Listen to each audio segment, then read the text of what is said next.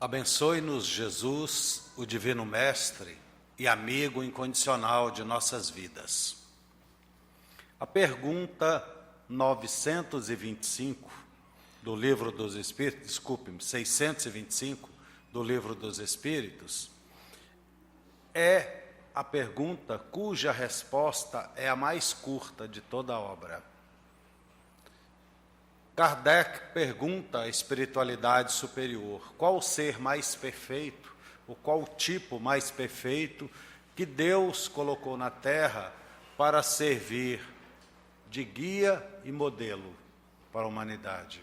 A resposta: Jesus. Jesus é o referencial seguro para a nossa caminhada na vida. Mas a maioria de nós não lemos os evangelhos em busca disso. A gente lê o evangelho para conhecer um pouco, para achar interessante as narrativas que lá são citadas, os exemplos, mas a gente não faz o trabalho de introspectar aquilo que a gente leu, de colocar dentro de nós e procurar agir de acordo com o ensino de Jesus. O tema de hoje nos remete exatamente às reflexões que devemos fazer nesse contexto. Toda vez que vemos uma passagem do Evangelho, nós deveríamos refletir sobre o contexto daquela passagem, que é temporal, que foi a época de Jesus, e o ensinamento espiritual que permanece hoje tão atual quanto foi aquela época. Para entender a passagem que vamos citar, que está em João, no capítulo 3, nos versículos 3 a 11, está em João no capítulo 8, versículos 3 a 11, é importante a gente compreender que a época de Jesus, entre o povo hebreu, a mulher era considerada como uma figura subalterna, a tal ponto de que a palavra do homem valia mais do que a palavra da mulher. E toda vez que a mulher era pega em adultério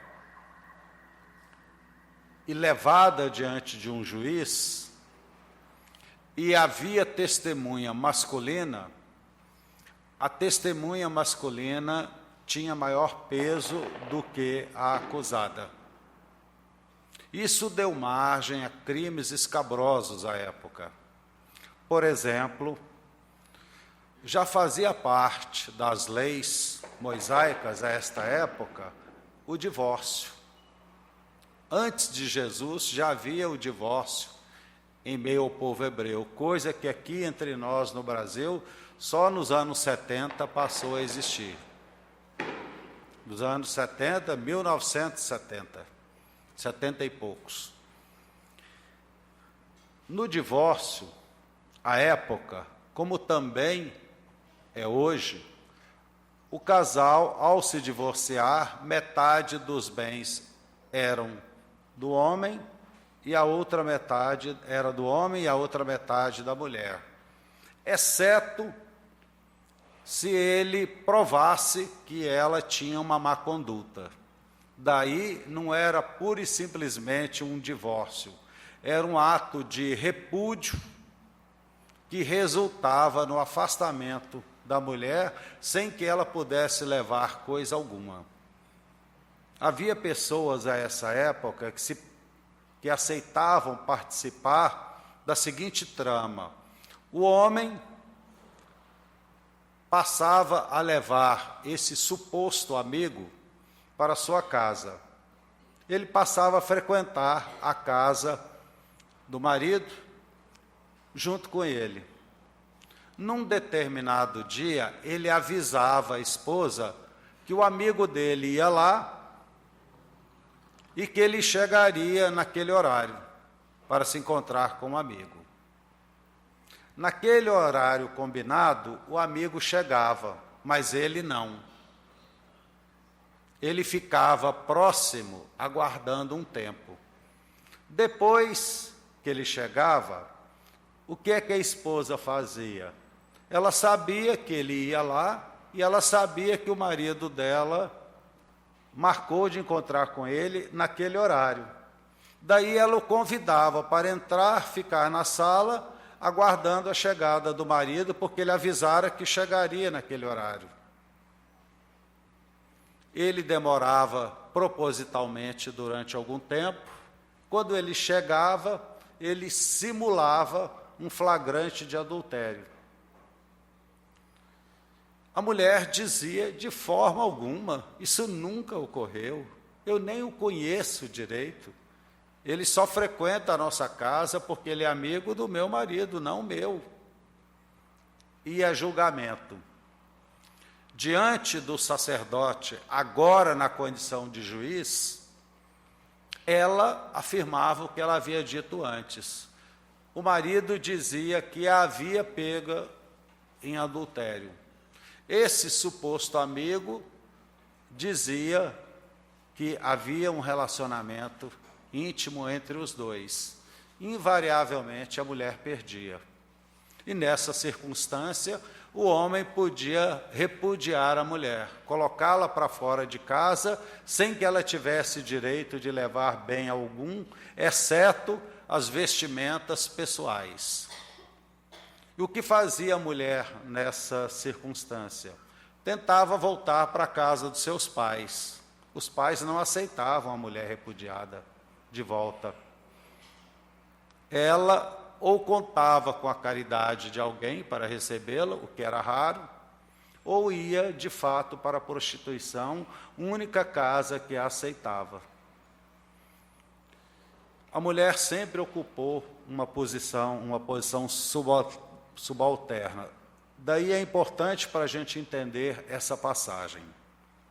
Uma outra característica importante dessa época é que não havia separação entre lei civil e lei religiosa.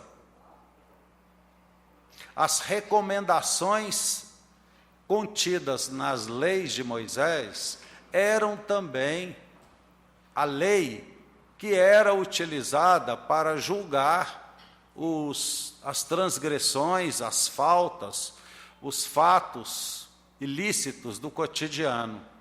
Quando a pessoa cometia um delito, um furto, uma coisa qualquer, ela era levada à presença do sacerdote, agora na condição de juiz, para que ele o julgasse. E ele julgava com base em quê? Na lei de Moisés, ou na lei, ou no Antigo Testamento, que nós chamamos de Velho Testamento, que entre os hebreus o nome é Torá.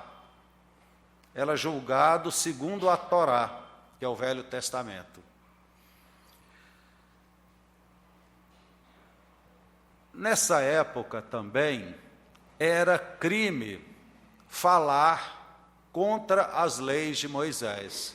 Seria comparativamente algo que está previsto na Constituição brasileira, alguém estar pregando desobediência às leis.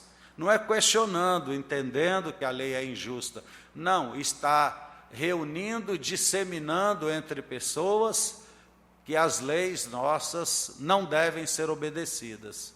Isso é considerado, hoje é uma falta punível com uma pena relativamente bem pequena, nunca dá prisão, dá uma detenção por alguns dias, depois é cumprida em liberdade. Mas essa época, falar contra a lei de Moisés era punida com a morte. Muitas penas nessa época eram punidas com a morte. Por que isso? Quando Moisés conduziu o seu povo, saindo do cativeiro do Egito, de volta para suas terras, das terras chamadas Terras Prometidas, o povo vagava pelo deserto. Não tinha paragem para construir presídios. Então, as duas penas mais comuns, ou era uma pena leve, poderia ser uma repreensão mais branda, ou então a pena mais grave, que era punida com a expulsão do grupo, com a expulsão do povo, o banimento do povo, ou com a pena de morte. Daí coisas que hoje nem mesmo são mais consideradas crimes, à época eram punidas com a morte. A mulher pega em adultério era punida com a morte. Que tipo de morte? O nome é até bonito, mas a prática é dolorosa. Ela tinha que ser lapidada até a morte. Lapidar é atirar pedras a ela, morria a pedradas. E é interessante que as pessoas que pegavam uma mulher em adultério, essas pessoas tinham a autorização e algumas vezes até o dever de aplicar a pena a ela. Não tinha julgamento nesses casos, não. A própria população que a pegou nessa situação tinha autorização para atirar pedras até a morte. O que nós vamos ver é exatamente essa passagem e vamos extrair os significados, os ensinamentos que ela nos dá. Está, como já dissemos, em João, no capítulo 8, versículos 3 a 11. Então os escribas e os fariseus eram uma casta judaica muito ligada à exigência do cumprimento da lei. Embora eles próprios não cumpriam, mas exigiam que os outros cumprissem. Os escribas eram doutores da lei, que estudavam e interpretavam para o povo a lei mosaica. E fariseus eram sacerdotes que faziam a mesma coisa que os escribas, só que agora, além de serem entendidos no assunto, eles eram também sacerdotes. Esses foram as duas principais castas que chocou de frente com Jesus, porque Jesus não se cansava de chamá-los de sepulcros caiados, passado cal por fora, mas apodrecidos por dentro. E eles tentavam colocar Jesus contra Roma ou contra a lei de Moisés. Era muito interessante isso, porque no processo de dominação romana, e Romana foi o maior império que o Ocidente já conheceu, a metade da Europa, se passarmos um traço na metade da Europa para baixo, passando pelo Oriente Médio, por uma parte da Ásia e todo o norte da África, eram departamentos do Império Romano. Júlio César reduziu o mundo a um departamento do Império Romano. E Roma, isso foi implantado por Augusto César, instituiu um esquema ou uma lógica muito eficiente de dominação. Roma permitia que os povos conquistados mantivessem as suas leis. E as suas leis poderiam ser aplicadas ao seu próprio povo, nunca um romano. O povo conquistado não podia julgar um romano, mas o seu próprio povo, Roma permitia. E aceitava as penas impostas pelas comunidades para os seus próprios membros, exceto a pena de morte. Só Roma poderia decretar a pena de morte. Então, toda aquela parte da lei de Moisés não poderia ser decretada a pena de morte, exceto essas em que a própria população aplicava a lei.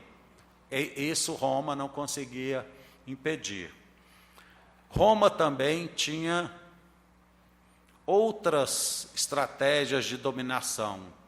ela, quando dominava um povo, ela observava quais eram as famílias mais proeminentes, mais ricas, mais respeitadas na comunidade. E a essas famílias, ele oferecia, numa estratégia de cooptação, a cidadania romana. E ser cidadão romano tinha algumas vantagens muito importantes.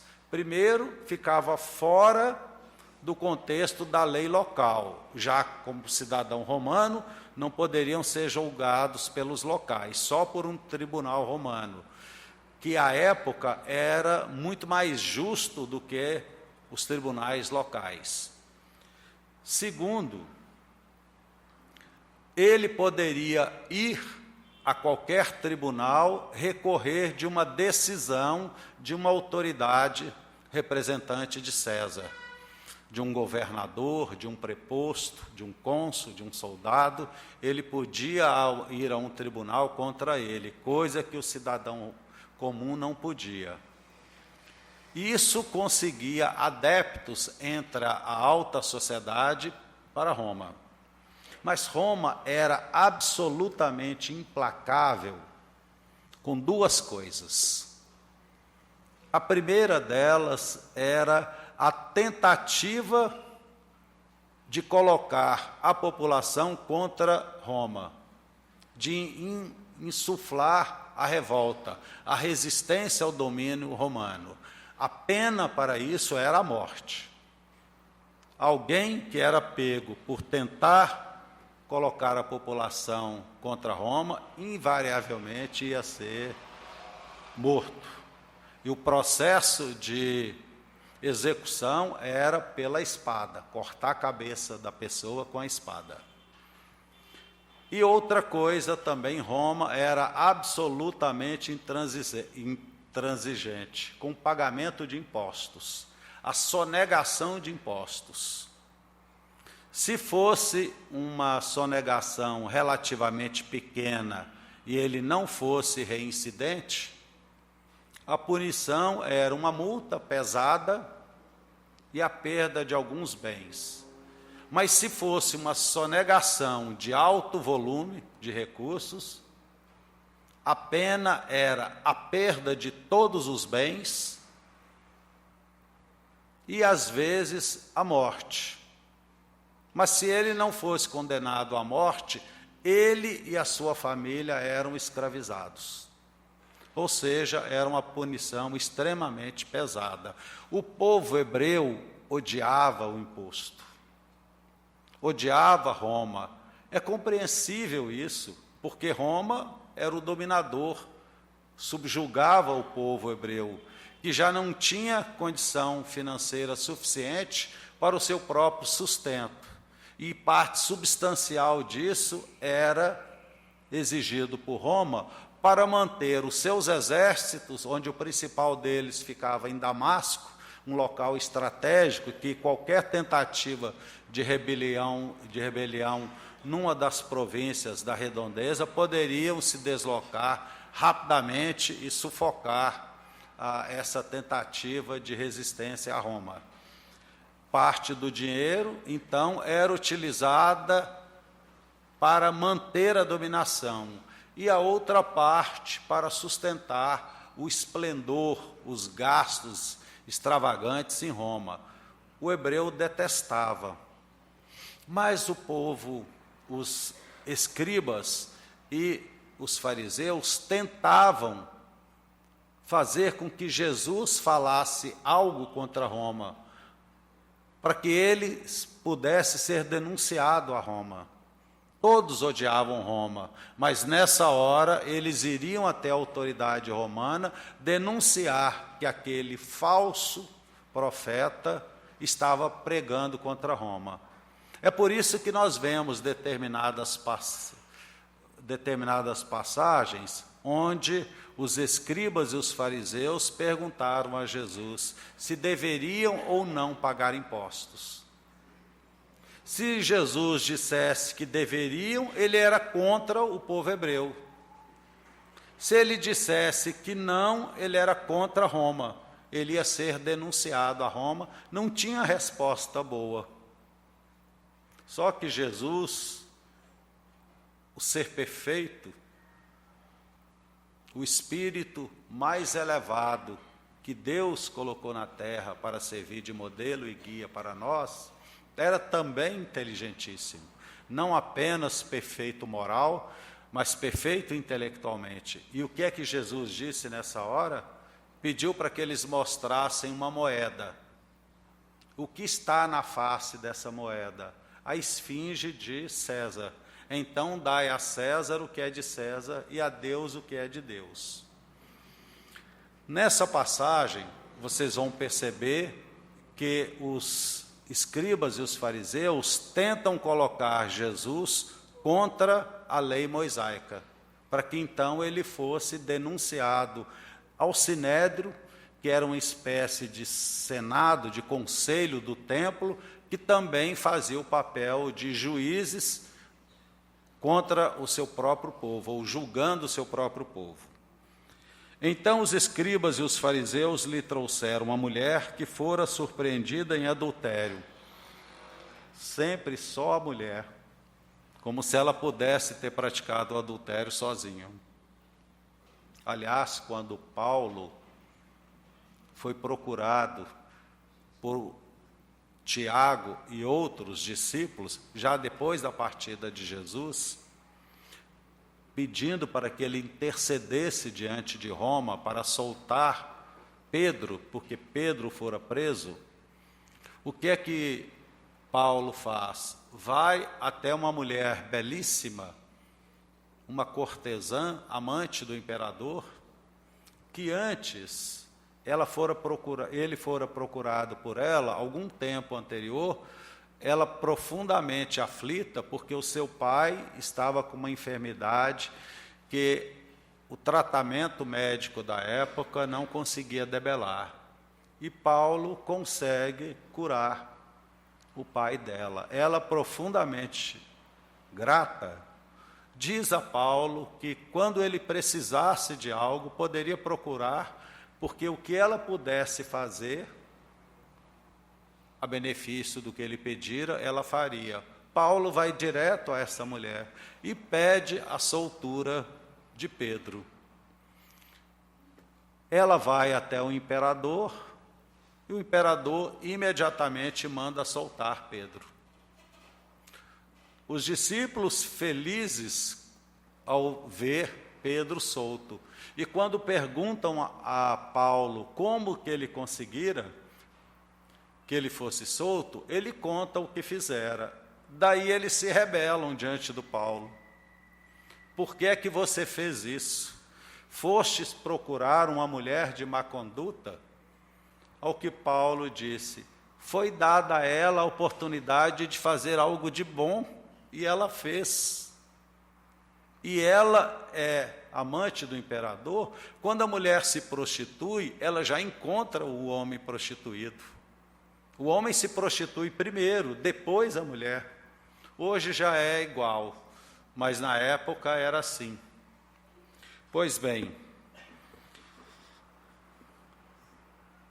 os fariseus lhe trouxeram a mulher que fora surpreendida em adultério, e pondo-a de pé no meio do povo, disseram a Jesus: Mestre, essa mulher acaba de ser surpreendida em adultério. Ora, Moisés, a lei de Moisés, ordena que se lapidem as adúlteras, só as adúlteras. Qual sobre isso a tua opinião? O que é que eles queriam? Que Jesus dissesse que isso era errado, que era um ato cruel, e de fato era. Eles sabiam que era, mas se Jesus dissesse isso, eles iriam até o Sinédrio e denunciaria Jesus, para que o Sinédrio então movesse um processo contra Jesus. Diziam isso para o tentarem e terem de que o acusar. Jesus, porém, abaixando-se, entrou a escrever na terra com o dedo. Jesus, o que é que Jesus escreveu com o dedo? Há uma obra belíssima de Amélia Rodrigues que fala das tradições do mundo espiritual sobre essa passagem, dizendo que Jesus começou a escrever alguns pecados no chão da areia, próxima ao lugarejo onde estavam. E ao escrever essas palavras, as pessoas que estavam ali para lapidar a mulher, algo em seus corações dizia que aquele homem o conhecia.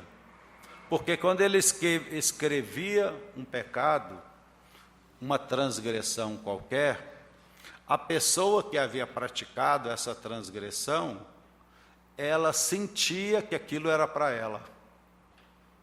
Ele escreveu diversas transgressões ali na areia. Quando ele se levanta, e novamente, porque ele não responder ainda, os escribas e os fariseus tornaram a perguntar: o que dizes, mestre, sobre isso? Aí o que Jesus disse: então que atire a primeira pedra aquele que estiver sem pecado. Ora, se fôssemos nós dizendo isso, eles atiravam pedra nela e na gente também. Todo mundo ia dizer: eu não tenho pecado nenhum. As pessoas escondem. Infelizmente, somos falsos a maioria das vezes. Mas a autoridade moral de Jesus produziu algo no coração daqueles homens. Eles não tiveram coragem de atirar a primeira pedra. Todos estavam em pecados. Aos poucos foram se afastando. Todos se afastaram. O único que ficou foi Jesus. O único que estava sem pecado. Aliás, Joana de Ângeles diz que, através da mediunidade de Edivaldo Franco, que o único ser que passou pela terra, que não tinha débitos a ressarcir, foi Jesus. Todos os demais somos devedores para com a vida. E estamos aqui em processo de autorrecuperação, trabalhando para o nosso crescimento diante da vida. Eu costumo dizer às vezes para as pessoas: escuta, você quer não crescer na vida? Parece uma pergunta absurda, né? Mas a ideia é estimular o contrário. Você quer não crescer na vida?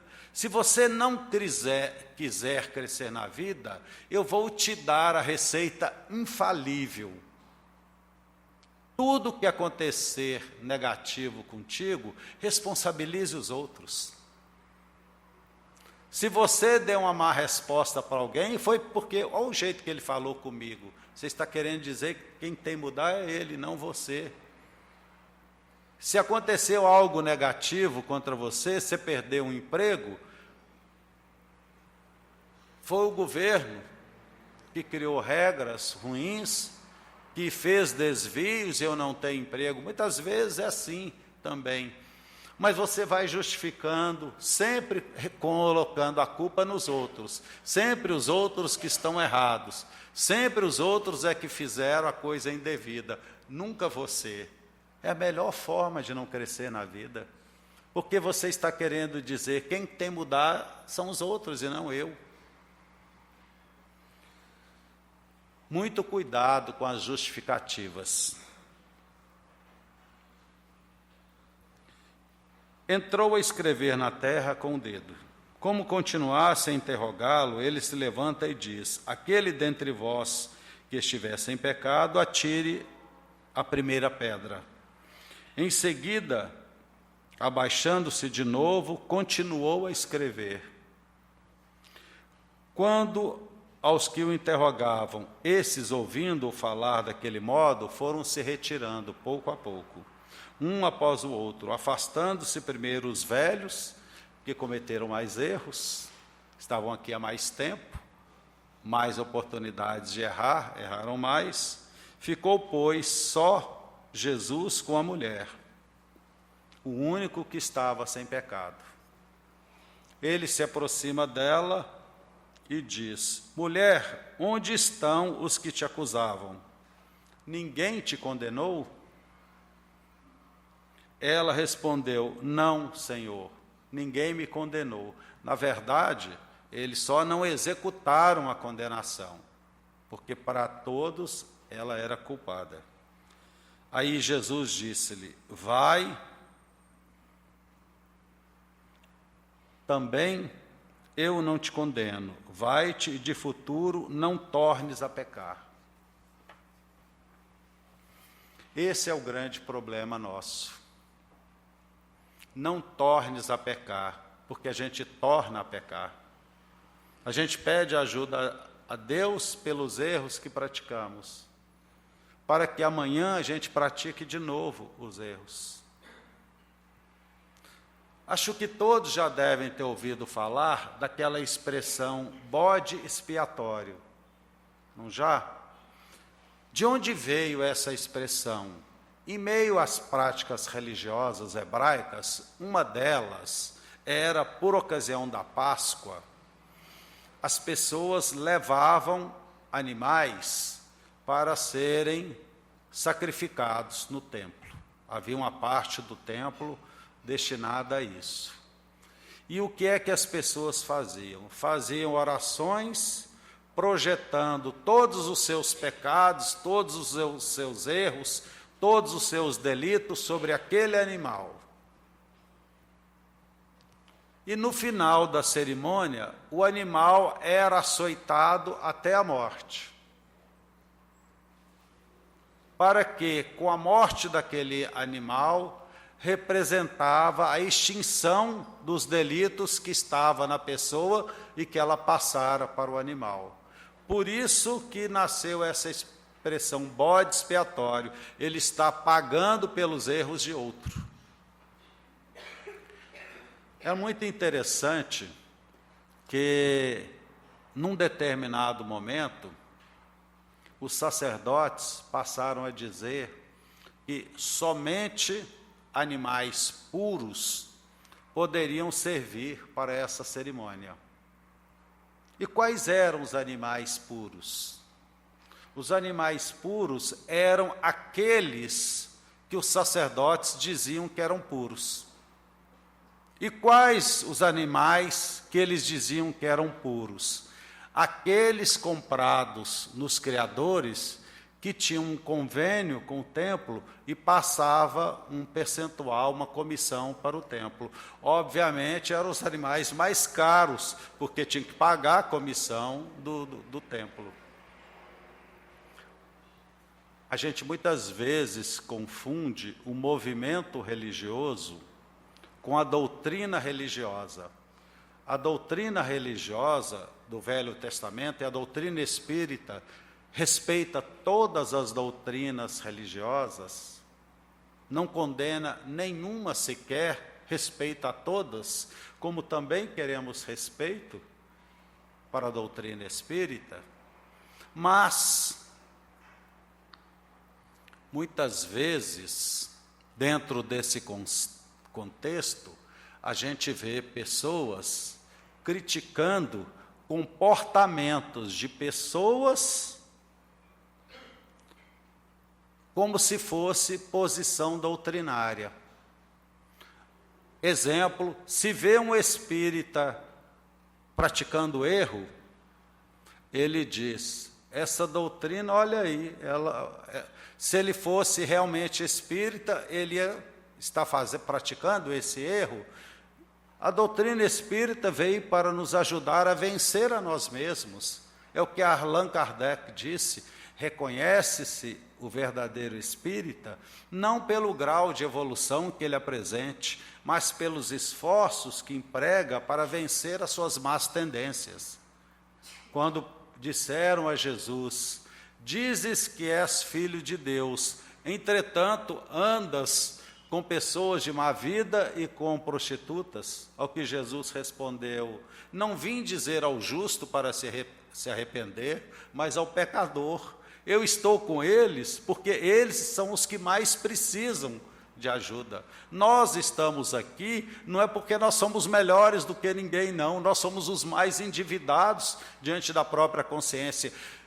pelo menos já começamos a despertar a nossa consciência para um padrão superior de conduta. Então temos a responsabilidade de nos esforçarmos para vencer as nossas más tendências. É o não tornes a pecar. Eu consigo deixar de praticar o erro da noite para o dia? Não conseguimos, é um processo longo, é um processo demorado. Lá em Salvador, teve uma senhora que trabalhava na Mansão do Caminho. Ela frequentava os estudos lá e desenvolvia algumas atividades assistenciais. Quando ela se aposentou, passou a se dedicar mais intensamente às atividades assistenciais da Mansão do Caminho, do Centro Espírita Caminho da Redenção, para poder dedicar parcela significativa dos últimos anos da sua existência à prática do bem. E ela conta depois, através da mediunidade de Divaldo Franco, ela já se achava o máximo. Enquanto muitos não se preocupam com os outros, ela já estava há algum tempo ajudando os outros.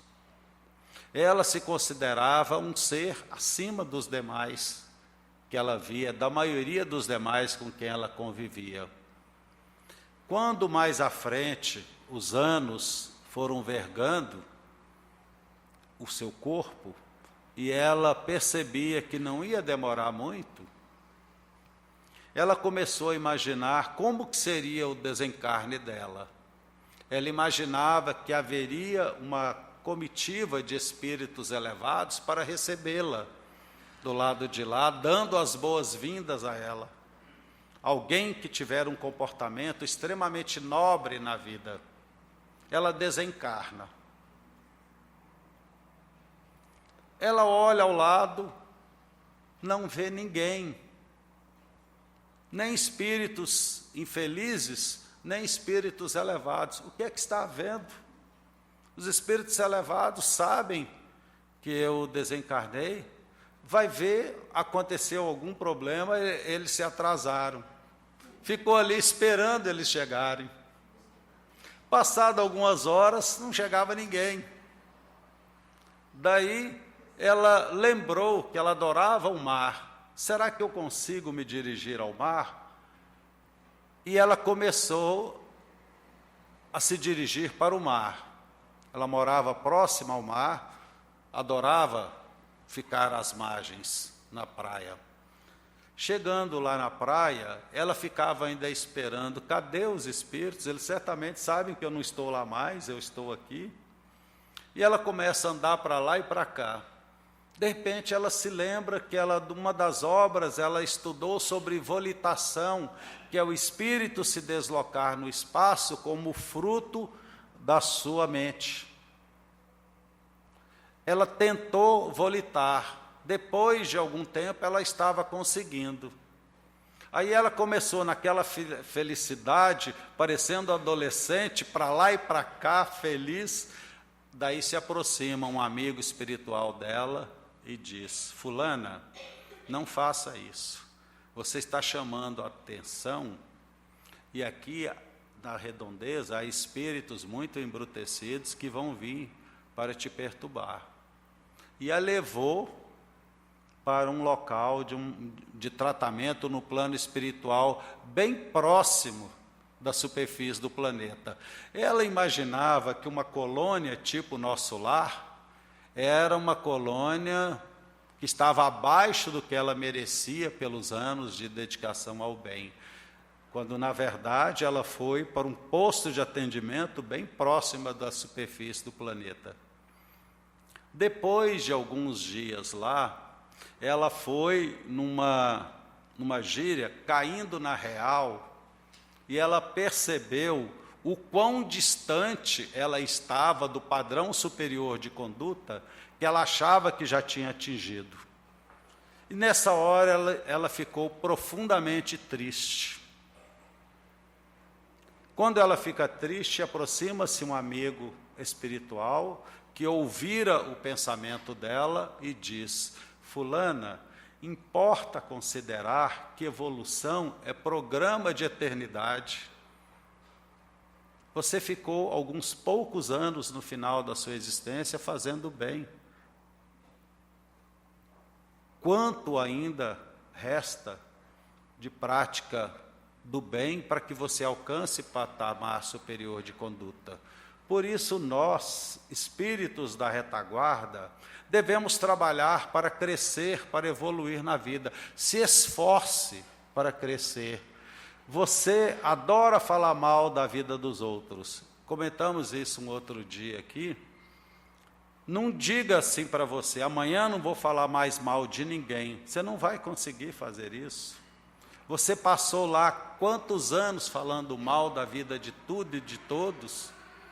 Você sai imbuído de um propósito: amanhã, a partir de amanhã, de hoje, de amanhã, não falo mais mal da vida de ninguém. Você chega amanhã no trabalho, quando você chega, outra pessoa, porque a lei de sintonia faz com que os iguais se atraiam, chega até você: você viu o que aconteceu com fulana? Aí você logo já aguça e começa, daí a pouco, vocês estão falando mal dela. E aí você, depois que está algum tempo falando mal, ai meu Deus, eu prometi que eu não ia falar mal de ninguém, e você fica triste consigo mesmo, porque você disse que não ia falar mais mal de ninguém. Ninguém consegue uma mudança assim da noite para o dia. Seja mais sensato, analise. De quantas pessoas você fala mal por dia? Faça umas contas. Eu falo mal de umas 100 pessoas por dia. Então, proponha-se amanhã falar mal só de 95. E não sofra porque você falou mal de 95. Fique feliz porque 5 escaparam da sua língua. Conseguiu falar mal só de 95? Amanhã eu vou falar mal só de 90. E aos poucos você vai caminhando para um padrão superior de conduta. Muitos de nós percebem a necessidade de desenvolver virtudes. Eu vou desenvolver 10 virtudes. Não, se você passasse as últimas existências desenvolvendo em cada uma delas uma virtude, você teria 10, não tem nenhuma. Se esforce para uma virtude. Se esforce para conquistar uma virtude. Não faça planos ou projetos inalcançáveis de você.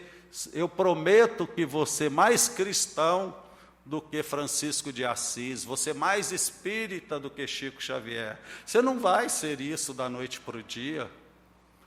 Coloque metas, não simples demais, mas coloque metas mais atingíveis para você, e o resultado positivo dessas metas vai te engrandecendo. Aí sim, o não tornes a pecar significa vá pecando cada vez menos, até que um dia você conquista aquela virtude. Eu praticamente não erro mais, mas vai levar muito tempo para chegar lá.